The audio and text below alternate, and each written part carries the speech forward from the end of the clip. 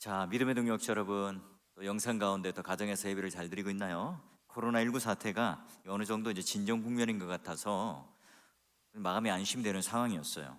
전 세계가 뭐 K 방역이라고 해서 모두가 다 칭찬하고 또 들떠 있고, 뭐 키트 같은 경우는 서로 살려고 줄을 서는 그런 형국이었죠. 근데 갑자기 교회와 국민들의 노력에 찬물을 끼얹듯이 이태원 클럽이 이제 감염에 촉발이 되었습니다. 집단 감염이 지금 전국적으로 이제 확산될 기세인 것 같은데요. 신천지 사태처럼 집합 명령 금지를 내려서 영업 정지 수준에 이르는 폐쇄 조치가 이루어졌어요. 또 자녀들의 학교도 지금 개학 연기가 되었죠. 불안한 마음은 어쩔 수는 없으니까요. 폭풍 전야와 같은 긴장감을 가지고 있습니다. 코로나19 사태로 해서 전 세계를 한번 보면 여행도 제한되고 온갖 문화생활, 세미나, 공연, 스포츠 이런 것들이 일상적으로 다 멈췄습니다. 급기야 한국에 있는 프로야구나 또는 프로축구를 전 세계가 시청하고 있는 그런 이 아이러니한 모든 이 시민들의 평범한 일상들이 멈춰버렸습니다. 사상 초유의 사태라는 말도 실감나는 요즘이에요. 당연히 여러분, 이런 전 세계의 초유의 사태, 이런 위기 속에 교회도 비껴가는 무풍지대가 될 수는 없어요. 자, 신천지 집단의 사건 때 우리 교회는 선제적으로 예배당이 모이는 예배에서 가정으로 흩어지는 예배로 전환을 했습니다. 당시 많은 교회가 이 예배당에서 대면하여 드리는 예배, 모이는 예배에서 흩어지는 예배로, 영상 예배로, 비대면 예배로 전환이 되었죠. 우리 교회가 이제 그런 선택한 이유는 우선 이 교회가 이 전염병을 퍼뜨리는 이 가해자가 되지 않기 위해서였어요. 동시에 성도들이 교회에 왔을 때 이 성도의 안전을 지켜드리기 위해서죠. 다음으로 교회가 확진자라 한 명이라도 나오게 된다면 온 사회의 지탄을 받을 것이고 또 매스컴에 집중 포화를 맞을 겁니다. 이 전도의 문이 막힌다는 이유도 있었어요. 금방 끝날 줄 알았죠. 근데 이미 70여 일이 지나가고 있어요. 온라인 예배로 지금 예배를 드리고 있고요. 2주 전부터는 이제 공예배를 실시간으로 드리기도 하고 또 우리가 이 교회에서 모이는 예배를 드리고 있습니다. 이 성도들이 안전하게 예배를 드릴 수 있도록 행정당국이 원하는 방역 지침의 그 이상의 지나칠 정도로 이 안전을 확보하고 저희들이 지금 예배를 드리고 있어요. 이게 언제 정상으로 회복될지는 미지수입니다. 우리가 공예배를 이제 중단하는 대응책으로 교회 대신 개별 가정으로 또는 화상을 통해서 온라인 예배로 드리게 될 때 유튜브 실시간 방송을 할 수 있는 우리 같이 원래가 그런 시설들을 갖추고 있었을 때에는 별 문제가 없어요. 그렇지 못할 때 교회들은 굉장히 당황했죠. 또 개인들도 예배를 드리지 못하니까 원활하게 설교를 듣지 못하는 이 상황이 벌어지니까 이제 각자의 TV를 들어서 기독교 방송을 본다든지 성경을 보고 각자가 예배를 드렸습니다. 자, 이제 그 기간이 상당히 길어졌고요. 또 교회가 이 기간이 언제 끝날지 몰라 예측하기조차 힘들어 서로가 이 어려운 상황 속에 있습니다. 한번 우리가 시간을 한번 되돌려 보면서 복기를 해보죠. 우리가 하나님 자녀로서 우리가 특별히 관심을 가지는 것은 이 신앙의 문제, 교회와 성도들의 신앙에 연관된 것들입니다. 코로나19 사태로 인하여 초기 여러분 보건당국, 언론들이요 가능한 모임을 자제하도록 권고했죠. 그 중에 가장 관심을 가졌던 그런 제가 종교 집단이었어요. 특히나 이제 교회를 향해서 눈에 불을 켜고 그 상황들을 지켜보기도 했죠. 그런데 많은 교회가 사실 그 이전에 자발적으로 주일 공예배를 영상 예배로 대체했습니다. 급기야 정부는 예배 중단을 위한 행정명령을 내렸고 그 매주마다 또 경찰 또는 공무원들이 교회에 와서 이제 어떻게 예배드리는가 점검하기도 했죠. 이런 상황이 벌어지다 보니까 기독교 내부 안에 심각한 분열이 일어나는 거예요. 일부 인터넷 누리꾼들은 그런 결정을 한 교회가 선제적으로 주일 예배를 가정으로 대체하는 이 문제, 마치 공예배를 어떻게 주일 예배를 어떻게 안 드릴 수 있는가, 여기에 대한 불만을 가진 인터넷 그런 누리꾼들은요, 아니 우리가 일제강점기 6.25 때도 예배를 드렸는데 어찌 이런 일 가지고 교회 문을 닫고 예배를 드리지 않을 수 있단 말인가? 어떻게 우리가 도망간단 말인가? 어떻게 이 정부에서 요구하는 대로 말을 듣고 성경대로 모이기를 힘쓰라 하는 말씀을 우리는 순종하지 않는가 하는 주장이었어요.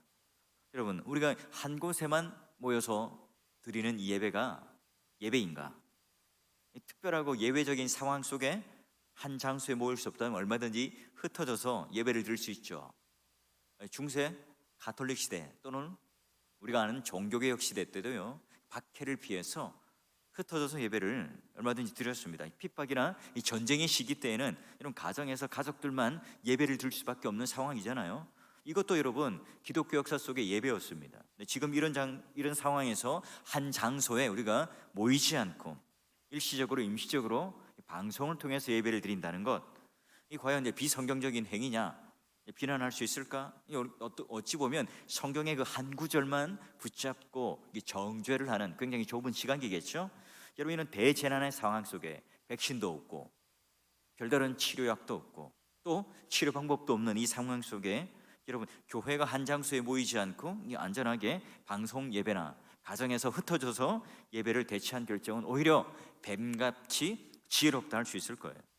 자, 그런데 여러분, 이런 교회 대처가 한편으로는 지각히 이 인간적인 어떤 편의를 도모한다든지, 아니면 우리가 믿음이 없는 건강제일주의의 산물이라든지, 아니 무조건 우리가 생명의 어떤 신변의 위험을 확보하기 위한 어떤 그런 여러분 대처로 보게 된다면 잘못된 그런 오해예요. 여러분, 감염 확산으로 인해서 사회적 혼란을 막고 선제적으로 우리가 방지하기 위한 지혜로운 방책이었지, 인간적인 편의를 도모하거나 또는 우리가 믿음이 전혀 없기 때문에 무조건 우리는 이 건강 또는 우리의 생명의 안전, 이걸 마치 우상화 여기며 이걸 우선순위로 두고 우리가 이걸 해지하고 또는 가정 예배로, 영상 예배로 대체한 게 아니에요. 여러분, 누군가가 말하기를 무조건 모여야만 예배고 한 장소에서 모여서 드리는 예배만이 진정한 예배라, 여러분 이렇게 주장을 한다면 여러분, 이렇게 비상시에 일반적이지 않은 모든 예배는 예배라고 규정하기가 힘들겠죠. 전통적으로 예배의 집례자가 누구죠? 목사이죠. 따라서 여러분, 일반적인 경우에 목사 없이 예배를 드린다는 것은 상상하기 힘들어요. 하지만 여러분, 특별한 경우, 비상시의 경우, 이런 목사 없이도, 아니 또 목사가 없을 때에 어떻게 우리는 예배를 드립니까?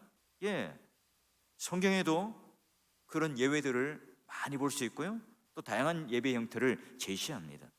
이는 성경이 성도의 유일한 우리의 지침이고요, 또 교회는 이 성경과 함께 역사 전통적인 우리 믿음의 선배들이 어떻게 예배를 드렸고 어떻게 또한 하나님을 섬겼는가를 함께 존중하며 살펴봐야 됩니다.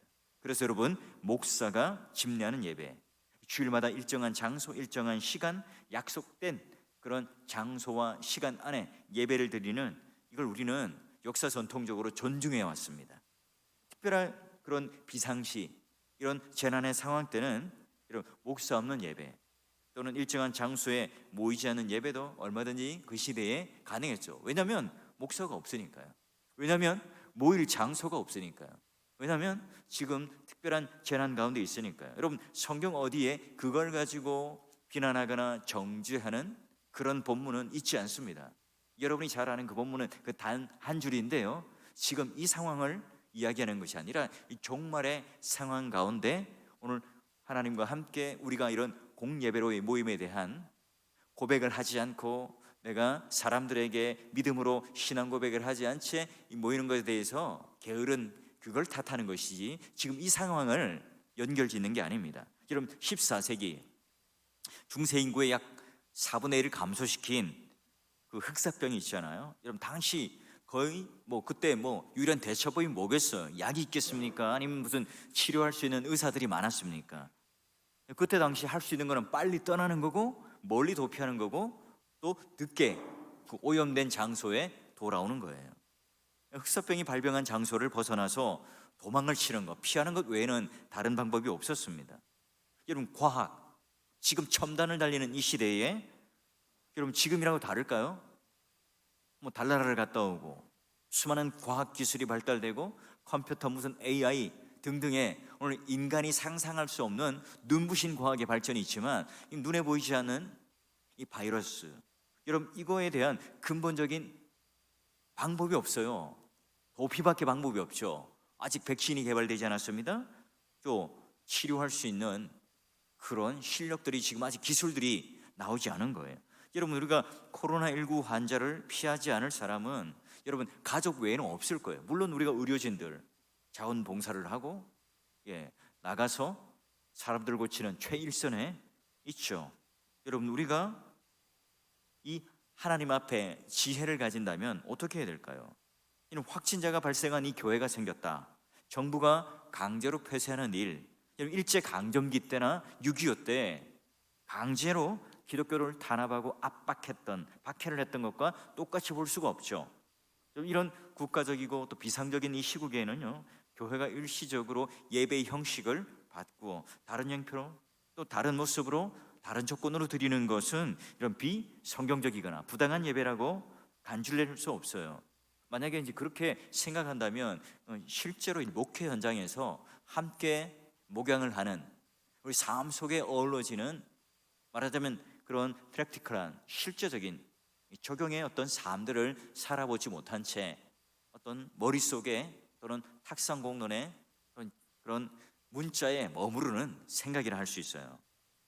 그러게 여러분 우리가 이 상황을 가지고 믿음이 부족하다거나 교회론에 문제가 있다고 간주하는 이 일들 또는 여기에 대해서 이 정죄하는 일은요 없어야 할 거예요. 여러분 14세기 유럽 전역에 흑사병이 돌았을 때 이때 사람들이 말하기를 이건 번영의 전염병이라고 말했어요. 왜냐하면 중세 유럽 당시 이제 상공업이 막 발달하기 시작한 겁니다. 농업에서 그런 상공업 시대로 넘어가면서 굉장히 부유해지는 그런 계층들이 많아졌고 돈이 돌게 되었고 전체가 이 사회가 부유해지는 사회가 된 겁니다. 그러기에 여러분 흑사병은 그때 14세기 때 유행해서 일어났기에 부유한 전염병이라 했고요. 그 뒤에도요 한 세기 거쳐서 계속해서 이런 무서운 공포 속으로 몰아넣는 이 전염병은 언제든지 발생하고 있습니다. 적절한 대처법 그때도 몰랐죠. 단지 여러분 환자를 격리하고 일시적으로 폐쇄하고 발병 장소를 벗어나는 길 외에는 없었습니다. 루터, 멜랑이톤, 부서, 깔뱅, 베자 모두 예외가 아니었습니다. 그들의 문헌들을 다 살펴보면요 물론 그들은 도망치지 않고 환자들과 함께 치료하고 또 그들이 죽으면 장례를 치러주는 그 일에 남아서 그들은 최선을 다했어요. 그러나 성도들은요 그 자리를 피하여 또한 안전한 곳으로 도피할 수 있도록 성도들에게는 권면을 했어요. 또 그렇게 했고요. 지금 여러분 교회가 과연 이런 상황에서 어떻게 대처하는 것이 현명하고 지혜로울까? 그리고 우리는 선한 양심을 거스르지 않을까? 이때 우리가 서로 비난하고 비방하기보다는 함께 지혜를 모으고 협력해야 할 때입니다. 사회적인 어떤 우리가 재앙을 맞이할 때 이런 때에 사실 이제 총회가 나서서 또는 노회가 이런 가이드와 지침을 준다면 성경적인 원리를 찾고 지혜롭게 이 개교회가 판단해서 하는 것보다는 노회나 총회 차원에서 이 가이드라인을 줘서 함께 선제적인 방법을 찾아가는 것이 은혜롭고 옳겠죠. 그래야 개교회마다 혼란이 없을 거고 성도들 간에 이런 비난과 이 정죄가 되지 않을 거예요. 자, 그렇다면 우리가 이런 전염병 혹은 이 박해 시기에 어떻게 우리는 예배를 잘 드릴 수 있는지, 과연 우리는 온라인으로 드려야 되는 예배, 오프라인으로 드리는 이 모이는 예배가 정당한 것인지, 어떻게 그러면 우리는 이제 서서히 모이는 예배로 회복할 수 있을까? 함께 우리는 고민해야 되는 시점에 왔어요. 자, 그러기에 우리가 오늘 읽었던 이 말씀 한번 볼까요? 디모데후서 2장 9절. 이 뒤에 보니까 복음으로 말미암아 내가 죄인과 함께 같이 매이는 데까지 고난을 받았는데 그러나 하나님 말씀은 어떻게 해요? 매이지 않는다. 사도 바울은 많은 사람들이 자신을 때리기도 하고 회유를 하기도 하고 겁박하기도 하고 감옥에 가두기도 하고 또 죄의 유혹 가운데 노출시키기도 했지만 그러나 여전히 하나님 말씀을 매이지 않는다는 거예요. 자기를 매이기 위해서 속박하기 위해서 수많은 고난과 핍박과 또 여러 가지 사람들을 통해서 폭력을 가했지만 그는 이 말씀은 언제나 매이지 않았다 이렇게 말을 해요. 오늘날 전 세계에 있는 지금 현재 선교지마다 이 정부들 아주 민족주의가 강하고 또는 자중심적인 또 거의 뭐 독재 비슷한 정치 지도자들이 지금 그런 정부, 그런 헤게모니를 잡고 있는 국가들을 한번 보게 되면요, 자신들의 정책 그 이념들을 지지하는 훌륭한 시민 정신을 키워내기 위해서 어떻게 합니까? 가장 그 암덩어리가 되는, 가장 그 위협적인 도전을 하는 기독교를 개종 또는 개조시키려고 엄청 했어요. 정부가 하나님 말씀을 메어두려고 이 아래와 같은 전형적인 순서를 취하는데요, 뭐 예전처럼 뭐 총칼을 들고 너 예수 믿으면 죽는다 이렇게 하진 않아요. 요즘 그렇게 하면 오히려 역풍이 불죠. 밀란이 일어납니다. 자, 여러분, 교회가 사용할 수 있는 집회 장소를 먼저 통제합니다. 여기서는 설교가 되지만 다른 데서는 설교가 안 돼. 중국에 보면 삼자교회는 되지만 다른 곳은 안 되는 거죠. 자, 그리고 영국 같은 경우도 교회 안에서는 가능하지만 교회 밖에 거리에서나 또는 학교 앞에서 안 돼요. 자, 그리고 교회 메시지를 또 통제하죠. 자, 이런 설교는 되지만 이런 설교는 안 돼. 우리나라도 마찬가지죠. 인권을 차별하는 그런 메시지 이제 강대상에서 할 수 없는 그날이 오게 될 겁니다. 뭐 동성애를 꺼낸다든지 뭐 소수자에 대한 얘기를 하게 된다면 당장에 벌금을 물 수 있어요. 또 여러분, 교회를 구성하는 사람들을 통제할 수 있습니다. 이 사람들에게는 복음을 전해도 되지만 저 사람들에게는 안 된다. 중국 같은 경우는 주일학교가 없어요. 주일학교 아이들 그런 연령대에 복음을 전하게 되면 큰일 납니다. 그래서 어른들에게만, 자발적으로 찾아오는 사람에게만 예배가 가능하죠. 또 여러분, 교회가 사역자를 통제합니다. 북한에도 교회가 있잖아요. 여러분, 이 사역자들은 이런 설교를 하도 되지만 허락받지 않은, 정부의 통제 안에 들어오지 않는 사역자, 말씀 사역자는 설교해서는 안 되는 겁니다. 이런 통제 방식이 전 세계에 지금 선교 현장에 이루어지고 있습니다. 그래서 여러분, 어쩔 수 없이 비자발적 철수, 선교지에서 쫓겨나와서 한국에 들어와 계신 선교사님들도 있어요. 평생을 거기다가 쏟아부었습니다. 그러나 한순간에 모든 것을 다 잃고 그냥 몸만 빠져나왔어요. 그분들은 지금 패닉이 온 거예요. 마음의 공허함, 마음에 지금 막 심각한 그런 상실감을 가지고 있어요. 자, 여러분, 이게 비단 세계뿐만 아니라 여러분 한국에서도요, 점점점 또 그런 것들이 또 일어날 줄 몰라요. 또 증오 발언 금지법이라든지 여러 가지 또 성차별이나 소수자 인권을 말하는데 이걸 더 넓은 범위 안에 들어와서 여러분 국적, 종교, 성별 이걸 기준으로 여러분 선동하는 이 발언을 금지하는 것들, 이런 것들이 오늘 우리가 분별을 되지 않은 채 뭐 모든 게 다 섞여가지고 통제 범위 안에 들어갈 수 있는 거죠. 이 기독교의 메시지 자체가 이제 우리가 남녀가 결혼한 것에 대한 합당한 것, 여러분 이것조차 말하는 것도 어려운 시기에 들어갈 수 있다는 겁니다. 어떻게 해야 되죠 이때? 대부분의 여러분 중동 국가, 무슬림 지역은 어때요? 복음을 전하는 것은 불법입니다. 교인이 될 때 감옥에 가게 되죠. 중국도 마찬가지죠. 중국 공산당에 맹세하는 사람, 충성하는 사람, 그 공산당에 신고를 하고 또한 그 통제 아래 들어가 있는 사람만이 기독교 사역자가 되고 교회가 될 수 있는 거예요. 자, 이때 어떻게 하죠? 사람들은 손쉽게 거기에 굴복하려면, 손쉽게 그 통제 안에 들어가는데 내가 변명하고 핑계하려면 어떻게 해야 되죠? 로마서 13장 1절, 각 사람은 위에 있는 권세들에게 복종하라. 이 명령을 따라 우리는 하는 거야, 이렇게 말하고 합니다. 여러분, 하나님은 우리가 하나님 말씀을 메어 두려고 하는 애쓰는 정보 지도자들에게 우리는 이걸 복종하기 위해서 이 말씀을 우리에게 주신 겁니까? 그렇지 않죠. 우리가 이 땅을 살아가면서 부모님을 비롯해서 오늘 하나님께서 우리에게 주신 정치 지도자들 모두가 다 그럼 오늘 우리가 합당한 하나님의 일반 은총의 범위 안에 순종하는 것을 말하죠. 그 권위를 인정하는 것을 말해요.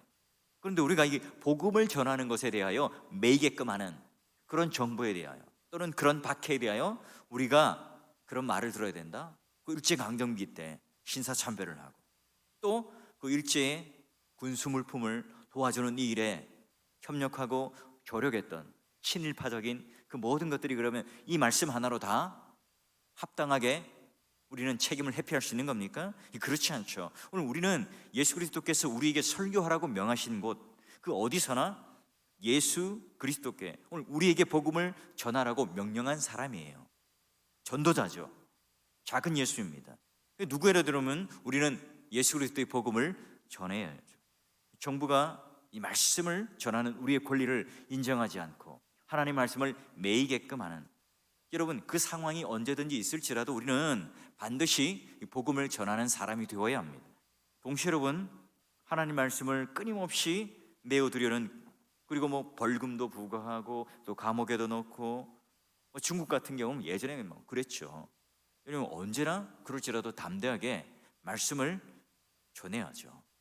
기쁘게 감옥에 갈지라도 또 우리는 기쁘게 섬길 줄 알아야 합니다. 여러분 잘 아는 이 동구권에 아주 중요한 그런 선교적 비트를 튼, 여러분 잘 아는 리처드 윈브런트 목사님, 이 루마니아 이 공산주의 여기에 여러분 맞서면서 감옥에 갇혀서도 이 말씀을 전하는 일들, 교도관이 때리고 또 그래도 말씀을 전하고, 또 교도관이 때리면 또 말씀을 전하고, 또 이런 쪽으로 교도관도 그 목사님이 말씀을 전할 때 내버려 둘 수는 없으니 폭력을 가하고, 또 목사님 입장에서는 내가 말씀에 또 매일 수 없으니 또 복음을 전하는, 그러므로 말미암아 서서히 그들이 변해가는, 복음으로 그 공산주의가 무너지게 되는 아주 중요한 역사적 사실을 우리는 눈으로 목격했잖아요.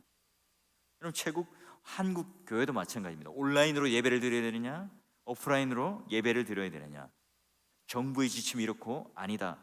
여러분 우리는 지금 일부 교회는 로마서 13장 1절을 인용해서 대중의 건강을 고려한다거나 이웃사랑을 내어서 그 지침을 따르면서, 여러분 또 어떤 교회들은 이걸 게을리하지 말라라고 하는 걸 통해서 히브리서 10장 25절 말씀을 가지고 모이기를 힘써야 된다라고 말을 해요. 여러분 대중의 어떤 중보기도, 회개, 여러분 이걸 이끄는 것이 바로 모이는 대중적인 집회였다라고 말을 하면서 오프라인으로 계속해서 모였던 교회도 있습니다. 여러분 이들은 심지어 국가 비상사태에도 계속 모여왔으니 또 서로가 또 여기에 대해서 비난하기도 하고, 또 서로가 자부심을 가지고 자기가 옳다고 하는 신학적 정당성을 가지고 있습니다. 여러분 어느 쪽이 옳은 거죠? 여러분 디모데후서 2장 9절의 말씀에 비춰보면 모두가 다 양쪽에 비추어 우리는 겸손할 필요가 있는 거죠. 하나님 말씀은 매이지 아니하니라. 자, 여러분 먼저 한번 볼까요? 첫 번째, 우리가 현재와 같은 상황 속에서 온라인 예배가 합당하다 주장하는 사람들의 경우를 한번 봅시다. 여러분, 이 정부가 하나님 말씀을 외워두는 것을 교회가 허용하면 안 된다는 사실을 기억하죠.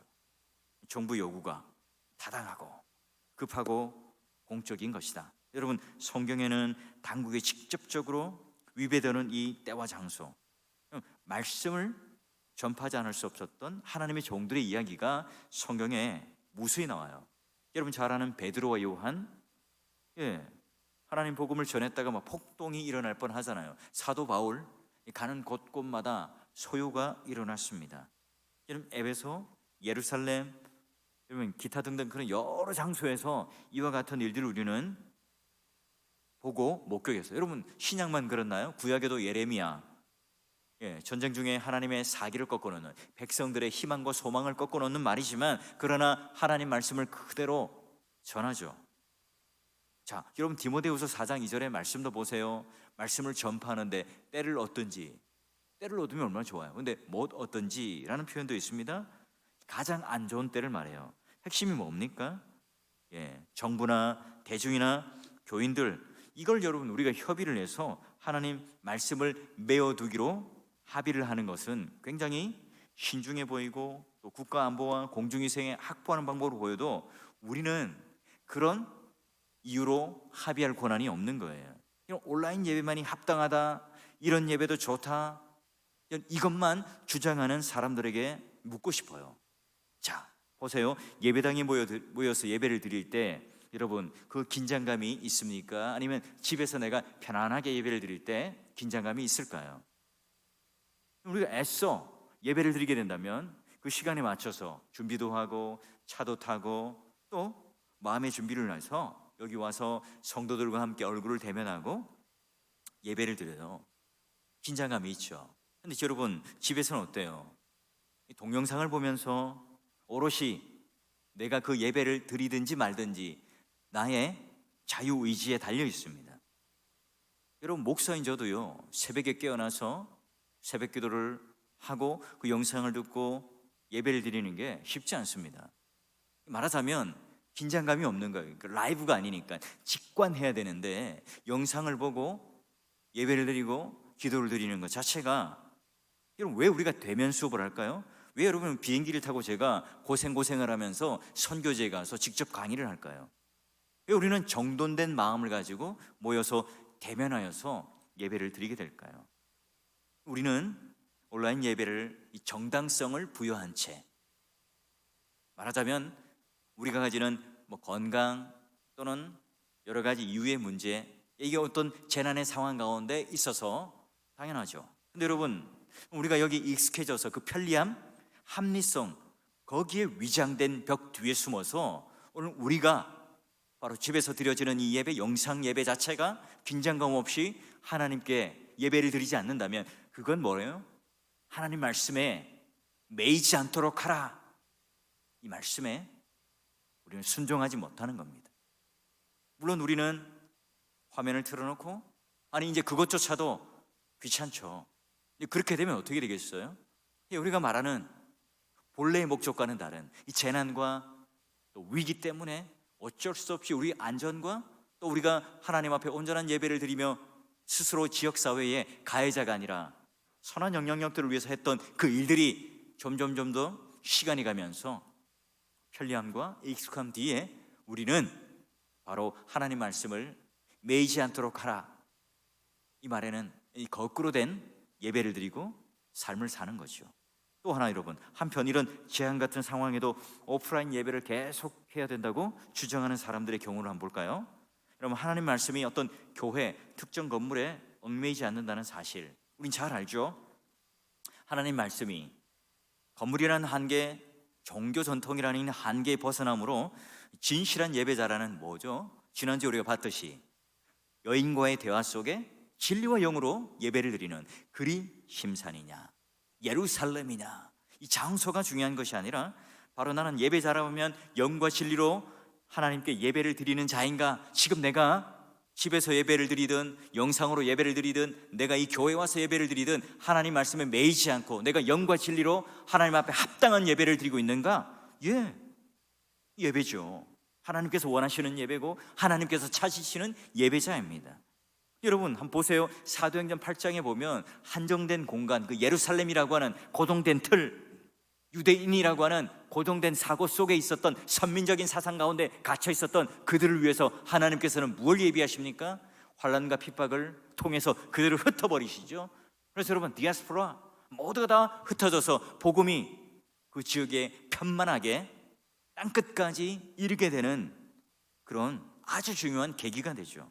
여러분, 1990년대 이후에 한국 교회인 숫자가 감소하는 현상을 고려해 볼 때, 여러분, 코로나 바이러스로 인해서 여러분 이 시기가 마치 사도행전 8장과 같이 예루살렘을 박해해서 흩어버리는, 예배당 밖으로 보내어서 오늘 우리의 삶의 현장 속에서 우리 예배를 다시 한번 돌아보게끔 하는 중요한 계기가 되고 있지는 않습니까? 마치 교회를 흔들어, 마치 이 사회를 흔들고 우리의 신앙과 우리의 존재를 흔들어서 지금 예배당이라고 하는 공간, 한정된 지역, 한정된 장소를 흔들어 놓고 다시 한번 나는 과연 어디서 예배를 드리고 있으며 누구를 향해 예배를 드리고 있고 나는 지금 영과 진리라고 하는 하나님 앞에 합당한 예배를 드리고 있는가? 여러분, 지금 이걸 우리에게 하나님께서는 시험하고 계세요. 여러분, 이사야 55장 8절 말씀 보세요. 여러분, 하나님께서 말씀하시죠. 내 생각이 너희와 생각과 다르며 내 길은 너희의 길과 다름이라, 여호와의 말씀이다. 주님께서는 지금 말씀하세요. 말씀의 주인은 바로 나다. 너희들의 생각과 다르다. 종으로서 여러분, 우리는 정부의 권고, 여론의 압력, 교인들이 좋아하는 것, 교인들이 편리해하는 것, 교인들이 익숙해하는 것, 여러분, 개인적인 그런 염려와 걱정, 여러분 이걸 우리에게 있어서의 우선순위로 삼아서는 안 됩니다. 대신 지금 우리가 온라인이냐 오프라인이냐 이 판단에 의해서 나아갈 때, 예수님 지금 이 시간에 우리 가운데 누가 무엇을 어디에서 누구에게 설교하시길 원하고 누가 예배받기를 원하시는 겁니까? 이런 질문을 언제나 해야 되겠죠. 저는 한 교회 담임 목사로서 목자당이신 그 예수님께 맡겨주신 이 작은 목자로, 여러분 이 사태를 어떻게 끌고 가야 할지가 고민이에요. 지금 몇 분이 지금 실시간으로 예배를 드리고 있는지, 이 영상 예배를 드리면서 우리 얼마나 하나님께 집중해서 예배를 드리고 있는지, 우리 얼마나 하나님 앞에 장소를 불문하고 그런 합당한 예배를 드리고 있는지 점검이 되지 않죠. 온라인이냐 오프라인이냐, 여러분 이 예배에 대한 논쟁이 이 교회에 대해서 사로잡히고 있지만, 오늘 우리가 바로 이런 얼마나 하나님 앞에 바르고 합당한 예배를 드리는가에 대한 고민은 없는 거예요. 여러분 중국을 한번 볼까요? 박해가 시작된 이후에 여러분 교회가 뭐 온라인 오프라인 할 것 없이 다 통제를 해버리죠. 여러분 교회를 지휘하고 말씀을 전하는 이 목회자잖아요. 그들 다 가두어 버립니다. 그런데 여러분 강대상 중심, 목회자 중심이 아니라 가정 중심의 교회들이, 말하자면 가정교회, 지하교회들이, 이 교회들이 지금 지속적으로 성장해 가고 있습니다. 3자 교회들은 다 무너지죠.